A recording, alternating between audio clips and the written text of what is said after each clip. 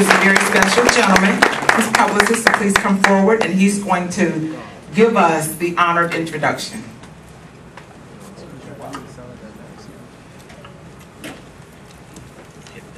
Last year, when Barney approached me about writing his story, I was deeply honored.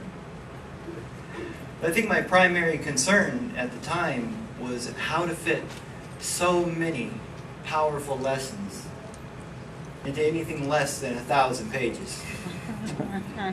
Lessons that he had learned over 38 years of wrongful incarceration. But what I found was that Barney and I, we share a very deep concern. I imagine that everyone in this room also shares it. It's a path that some of our youth have decided to take today. Now, we all understand how vital education is in shaping young lives. And for this audience, I'm sure that point is self-evident. So I imagine it's common sense that the greater is one's education, then the better choices you're likely to make in your life. Now, I heard a recent statistic from the state of California, and I apologize, I don't know what the number is for Florida. Perhaps somebody in here would know. But in the state of California, it has reached a tipping point where the odds of a young man going to state prison are greater than the odds of his going to state college. Now, I know in Florida, I don't think we've reached that point yet, but I do believe that we are well on our way. But last year, I founded a nonprofit organization called the Liberty Project. Our mission is to try and help change this trend. In fact, when Barney joined the Liberty Project last year as one of its directors, he was so committed to this mission that he's donated the first 1,000 copies of his book in whole to the project. And in fact, some of you may not know this because Barney is somewhat humble, but I can tell you that he is so committed to education that Barney is one of the first people in the state of Florida to have actually gotten a college degree while he was in prison.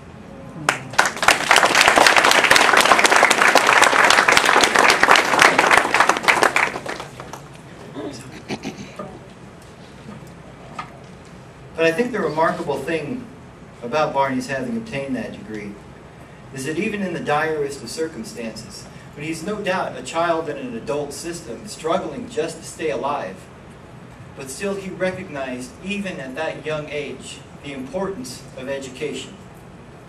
And he struggled until he achieved that degree despite his surroundings and despite his odds, because he knew that the only path to freedom was his education. Now, when I sat down to write today's introduction,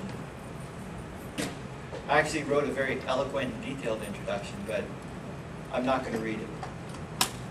Because as my wife and I were sitting down watching television, flipping channels, we happened to see a little bit of an old Clint Eastwood Western.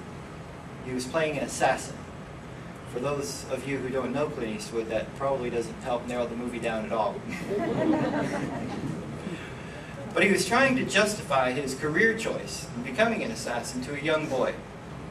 And he said to this boy, "Son, there's worse things that you can do in this world than to kill a man." He said, "You can take away everything that he has and everything that he's ever going to have, and then you let him live." Now, when I heard that, I realized that no words that I could write could ever sum up what they tried to do to Barney Brown more than these. But also, I don't think anything more clearly illustrates what the future holds for dropouts.